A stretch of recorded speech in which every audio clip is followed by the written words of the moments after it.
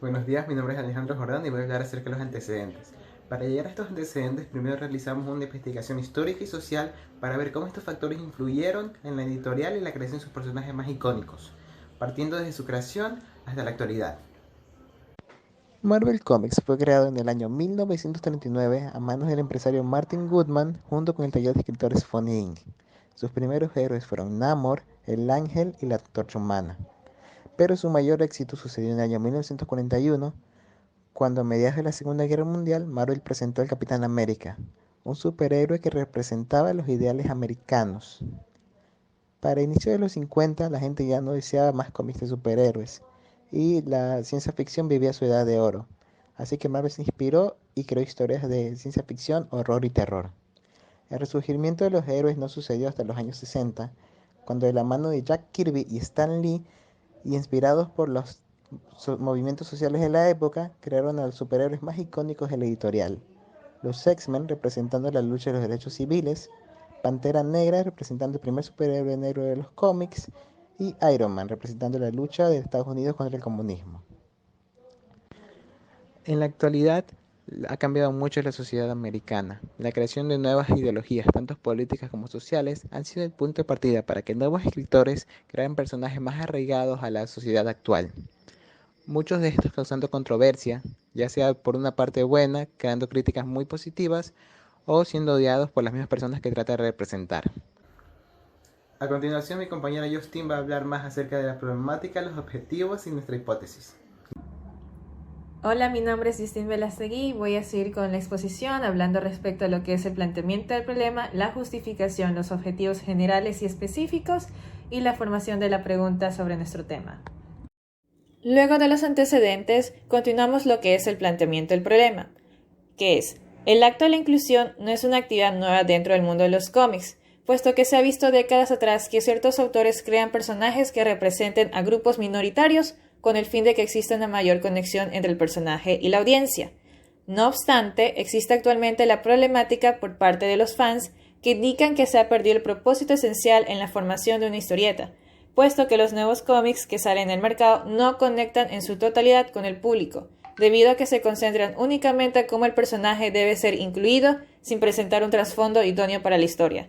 Así como también se generan reacciones tanto positivas como negativas al momento de utilizar un personaje ya reconocido y cambiarle cierta parte de su identidad para favorecer a estos movimientos. Por lo que surge la pregunta de nuestra siguiente investigación. ¿Qué factores sociales influyen en los cómics de Marvel sobre la creación o actualización de personajes para representar una inclusión forzada? Y esto se justifica con lo siguiente.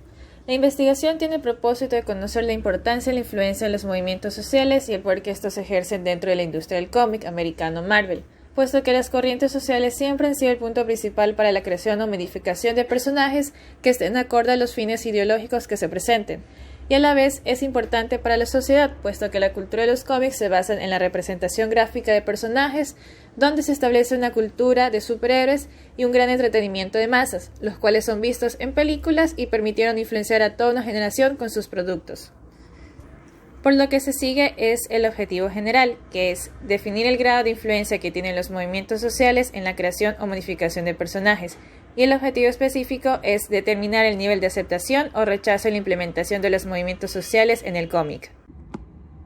A continuación, Amy Ojeda y Martín Vera van a explicar respecto a lo que es el marco teórico.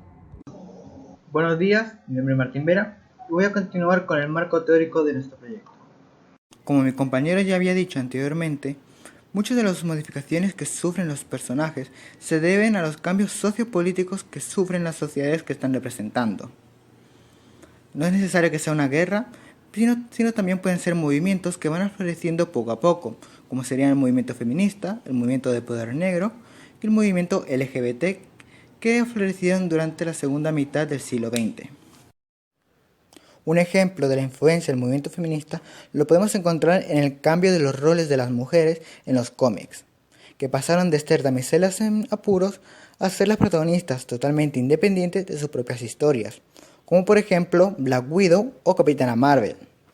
Aunque eso no impidió que en un futuro estos personajes sufrieron cambios dependiendo de lo que los autores quieren hacer con ellas, ya sea sexualizarlas, darles un pensamiento más conservador o en su contrario, darles más poder y una aura más independiente que no requerían de un rol masculino para defenderlas o ayudarlas en ningún sentido.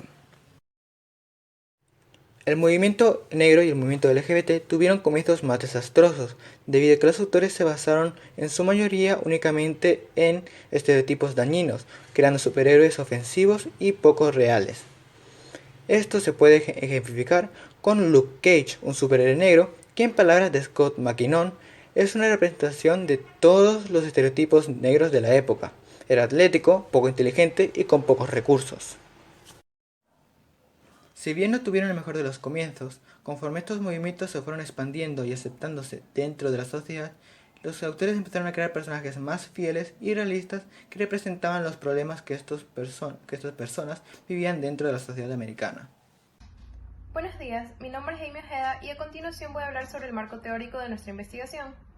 Primero es importante definir qué es el cómic, y en pocas palabras, el cómic hace referencia a la forma de enlazar una imagen, letras y viñetas de modo que se pueda transmitir información o causar una reacción por la estética en el espectador.